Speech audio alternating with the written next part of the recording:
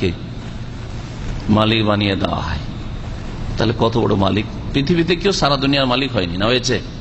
সারা দুনিয়ার মালিক কেউ হয়নি, কোন রাজা বাদশাহ হয়নি সারা দুনিয়ার মালিক। হ্যাঁ, আর কিছু দিনের মালিক হয়েছে।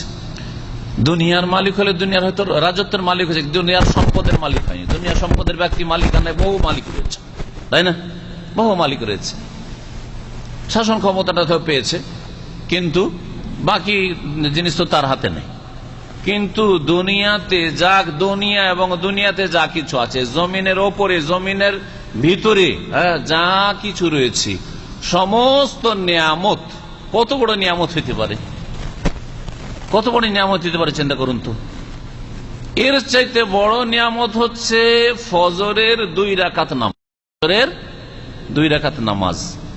এই ফজরের 2 রাকাত নামাজ বলতে কি বোঝানো হয়েছে? অধিকাংশ ভাষ্যকারগণ বলেছেন যে ফজরের 2 রাকাত সুন্নাত নামাজেরই এত ফজিলত।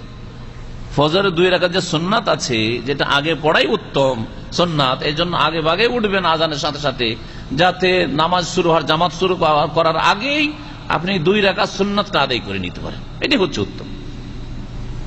এমন নয় যে সব সময় গিয়ে কোন রকম করে টেনে টেনে জামাতটা ধরেন, আর জামাতের পরে যদি আপনি জায়েজ মনে করেন, হাদিসে যেমন আছে, তাহলে ওই সুন্নতটা পড়ছেন, আপনি অনুত্তম কাজ করছেন, আপনি পুরা নেকি পেলেন না আপনি। আর কিছু লোকের আছে যেটাকে জায়েজই মনে করেন, যার ফলে আরেক বিদআত করে। এই ভুলটা সংশোধন করা জরুরি। কি করে?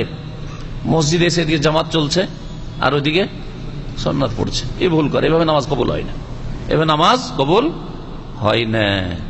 কারণ নবী করিম সাল্লাল্লাহু আলাইহি ওয়াসাল্লাম বলেছেন, ইজা উকিমাতিস সালাতু ফালা সালাতা ইল্লাল মাকতুবা। যখন নামাজের একামত হয়ে যায় তখন কোনো নামাজ হয় না, ইল্লাল মাকতুবা, ফরজ নামাজ ছাড়া। ফরজ নামাজ ছাড়া। এদিকে ফরজ নামাজ মসজিদে চলছে, জামাত চলছে, আর ওইদিকে সুন্নত পড়ছে। নবী কি বলছেন? ফালা সালাতা, এইসব নামাজ হয় না ইল্লাল মাকতুবা, এই ফরজ নামাজ ছাড়া। বুঝতে পারলেন? এরপরেও কি এরকম ভুল করবেন? হ্যাঁ, যেদিকে জামাত চলছে আর ওইদিকে সুন্নাত চালিয়ে যাচ্ছেন, এই ভুল করবেন না, খবরদার। হাদিস বিরোধী কাজ করবেন না। কারণ কবুল করা আল্লাহ পাকের কাজ, আপনার কাজ নাই। আর কবুল কিসে হবে না হবে রসুল জানিয়ে দিয়েছেন।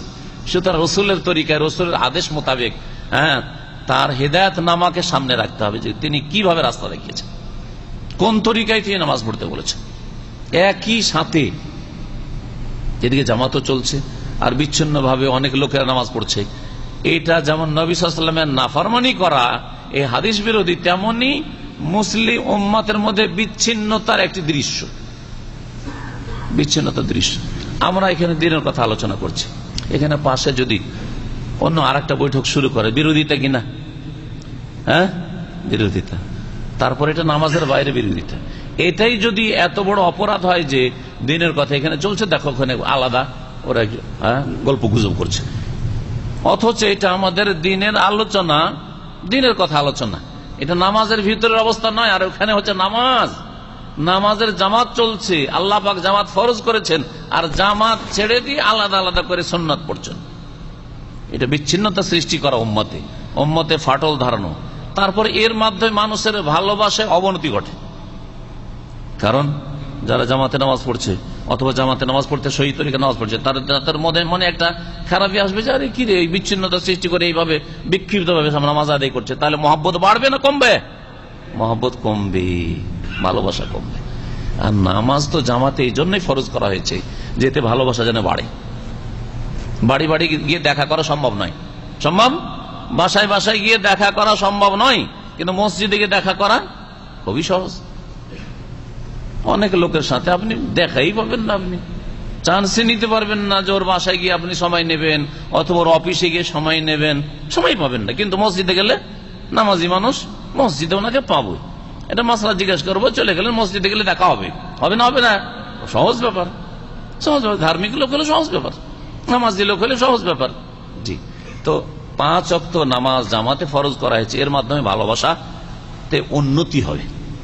আর এইভাবে বিক্ষিপ্ত নামাজ পড়লে, সুন্নতের খেলাফ নামাজ পড়লে ভালোবাসায় অবনতি ঘটবে, মুসলিম উম্মতে ফাটল ধরবে, অন্তর ভাঙচুর হবে। অন্তরকে জড়াবার চেষ্টা করতে হবে, জড়াবার চেষ্টা করতে হবে। মা আয়েশা রাদিয়াল্লাহু তাআলা আনহা থেকে বর্ণিত, তিনি বলছেন যে নবী করিম সাল্লাল্লাহু আলাইহি ওয়াসাল্লাম বলেছেন, রাকাতাল ফজরে খায়রুম মিনাদ দুনিয়া ওয়া মা ফিহা। দ্বিতীয় সুসংবাদ, ফজরের 2 রাকাত নামাজ দুনিয়া এবং দুনিয়াতে যা কিছু আছে। কত কি আছে বলেন তো দেখি? একটা দেশেই কত কি আছে, জমিনের উপরে কত ধন সম্পদ আছে, আর জমিনের নিচে যে কত খনিজ সম্পদ আছে, কত নিয়ামত আল্লাহ রাখা আছে। হ্যাঁ, বাড়িতে বাড়িতে কত আছে, ব্যাংকে কত আছে, ঠিক না, বেসরকারি কত আছে, সরকারি কত আছে, কত যে দুনিয়ার নিয়ামত আছে, কত রকমের নিয়ামত আছে, কত রকমের সম্পদ আছে। দুনিয়া এবং দুনিয়ার মধ্যে যত সম্পদ রয়েছে সমস্ত কিছুর চাইতে উত্তম হচ্ছে, উৎকৃষ্ট হচ্ছে রাকাত আল ফজরি, ফজরের 2 রাকাত নামাজ। এখন এই ফজরের 2 রাকাত নামাজ একদল ওলামারা বলছেন ওই সুন্নত নামাজের এত ফজিলত, ওই যে সুন্নত 2 রাকাত ওরই ফজিলত হচ্ছে এত। তাহলে সুন্নতির যদি এত ফজিলত হয় যে দুনিয়া এবং দুনিয়া যা কিছু আছে তার চাইতে উৎকৃষ্ট, তার চাইতে উত্তম সম্বল আপনার জন্য, তাহলে ফরজের কত ফজিলত আবার রয়েছে। ফরজের নাকি কম হয় নাকি আবার? না, সুন্নতের চাইতে ফরজের নাকি অনেক বেশি, অনেক বেশি। তাহলে ওর ফজিলত আলাদাই আছে আবার, ওতে যে আল্লাহ কত দিবেন আল্লাহ পাক ভালো জানেন। আর এক দল বলছেন এখানে রাকাত আল ফজরে মানে ফজরের 2 রাকাত ফরজ নামাজ, ফজরের 2 রাকাত ফরজ নামাজ দুনিয়া এবং দুনিয়ার সমস্ত নিয়ামত চাইতে উৎকৃষ্ট।